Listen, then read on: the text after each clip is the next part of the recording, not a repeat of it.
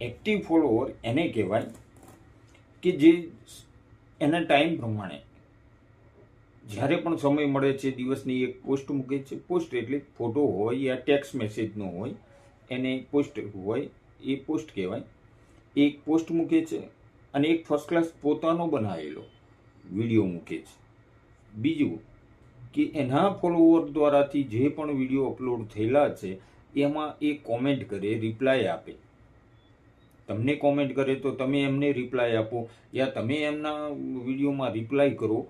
આ દરરોજનું રહે, એક પણ દિવસ ન ચૂકે, અને આ દરરોજનો કાર્યક્રમ રહે, એને એક્ટિવ ફોલોવર કહેવામાં આવે છે. અને એક્ટિવ ફોલોવરની જરૂર હંમેશા બધાને રહેતી હોય છે, કારણ કે એક્ટિવ ફોલોવર હોય તો જ તમે આગળ વધી શકવાના છો, નહીં તો નહીં વધી શકો. એક્ટિવ ફોલોવરની ખાસ જરૂર છે.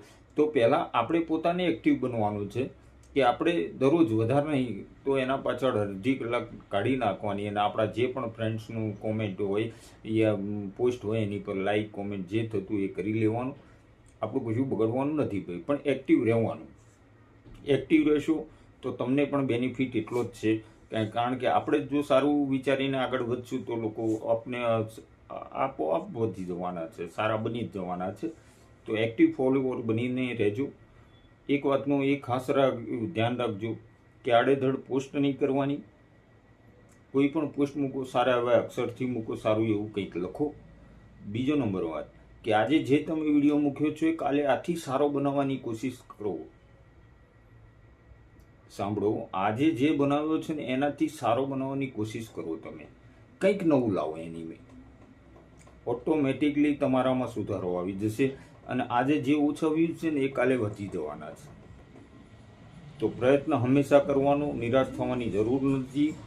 સાંભળી લો, પ્રથમ પગથિયું ચડશો તો દુઃખ તો થવાનું જ છે, પણ જ્યારે તમે સફળતાની સીડી પાર કરશો ને ત્યારે બસ નકરો આનંદ જ આનંદ છે. ત્યારે કોઈ થાક જેવું નહીં લાગે. એટલે કોઈ જ વાતે ગભરાવાનું નથી. તમે તમારા પ્રયત્નો ચાલુ રાખજો. જય માતાજી.